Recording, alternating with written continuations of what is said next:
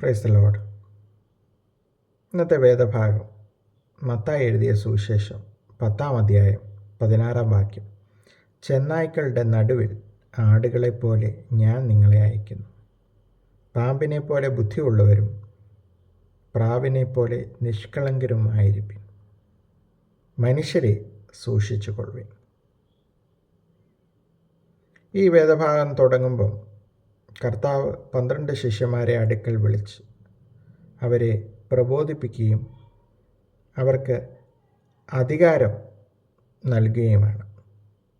അശുദ്ധാത്മാക്കളെ പുറത്താക്കുവാനും ദീനത്തിലുള്ളവരെ സൗഖ്യമാക്കുവാനും ഒക്കെ അവർക്ക് അധികാരം നൽകി. ചെന്നായ്ക്കളുടെ നടുവിൽ ആടുകളെപ്പോലെ ഞാൻ നിങ്ങളെ അയക്കുന്നു. ആടിന് സ്വതവേ കഴിവൊന്നുമില്ല ചെന്നായെ അപേക്ഷിച്ചു.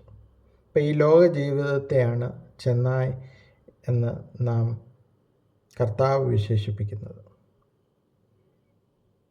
ചെന്നായ്ക്കളുടെ നടുവിൽ ആടുകളെപ്പോലെ ഞാൻ നിങ്ങളെ അയക്കുന്നു. അതായത് ക്രിസ്തുവിൻ്റെ കൃപയില്ലാതെ നമുക്ക് സ്വതവേ ഒന്നും സാധിക്കുകയില്ല. ഈ ലോക ജീവിതത്തിൽ നാം മറ്റുള്ള മനുഷ്യരോട് ഒക്കെ കർത്താവിൻ്റെ സ്നേഹത്തെക്കുറിച്ച് പറയുവാൻ ബാധ്യസ്ഥരാണ്.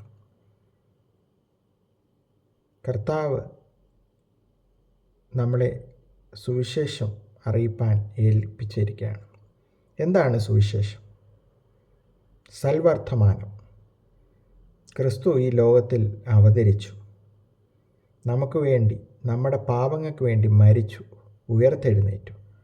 ഇനി നമുക്കൊരു പുനരുത്ഥാനം ഉണ്ട്. നമ്മുടെ മരണം ഒരു അവസാനമല്ല. അത് കഴിഞ്ഞ് നമുക്കൊരു നിത്യജീവൻ ക്രിസ്തുവിൽ കൂടെ ഉണ്ടെന്നുള്ള ഒരു പ്രത്യാശയിലാണ് നാം ജീവിക്കുന്നത്. പ്രാവിനെ പോലെ നിഷ്കളങ്കരും പാമ്പിനെ പോലെ ബുദ്ധിയുള്ളവരുമായിരിക്കണം. ഈ ലോക ജീവിതത്തിൽ പാമ്പ് നമുക്കറിയാം കൗശല്യമുള്ളവരാണ്. പ്രശ്നങ്ങളിൽ നിന്ന് അത് ഒഴിഞ്ഞു മാറുവാൻ ശ്രമിക്കും. അതുപോലെ നമ്മുടെ ജീവിതത്തിൽ പ്രശ്നങ്ങൾ നിറഞ്ഞ ലോക സാഹചര്യങ്ങൾ നാം വളരെ ബുദ്ധിപൂർവം അതൊക്കെ നേരിടുക. വക്രതയും ചതുവുമുള്ള മനുഷ്യരെ സൂക്ഷിച്ചു കൊള്ളുക. അവരുടെ ഉദ്ദേശം എന്താണെന്ന് നമുക്കറിയില്ല. അവരെ സൂക്ഷിച്ചു കൊള്ളുവാൻ യേശു കർത്താവ് നമ്മളോട് പറയുന്നു. സമാധാനവും ശാന്തതയും നിഷ്കളങ്കതയുള്ള പ്രാവിനെ പോലെ ആയിരിക്കണം. നാം വക്രത, ചതുവ് ഒന്നും കാണിക്കുവാൻ പാടില്ല. കർത്താവിന് വേണ്ടി നമുക്ക് ജീവിക്കാം. അതിന് പരിശുദ്ധാത്മാവിൻ്റെ കൃപ നമുക്ക് തരുമാറാകട്ടെ. കർത്താവെ, പുതിയൊരു ദിവസം അവിടുന്ന് തന്നതിനായി സ്തോത്രം ചെയ്യുന്നു. കർത്താവെ, ഒരു സുവിശേഷം ഞങ്ങളെ ഏൽപ്പിച്ചിരിക്കുന്നു. ഞങ്ങൾക്ക് ലഭിച്ച ആ നല്ല അവിടുത്തെ കൃപ, അവിടുത്തെ സമാധാനം ഞങ്ങൾ മറ്റുള്ളവരോട് ഷെയർ ചെയ്യുവാൻ ഇടയാക്കണമെന്ന് പ്രാർത്ഥിക്കുന്നു.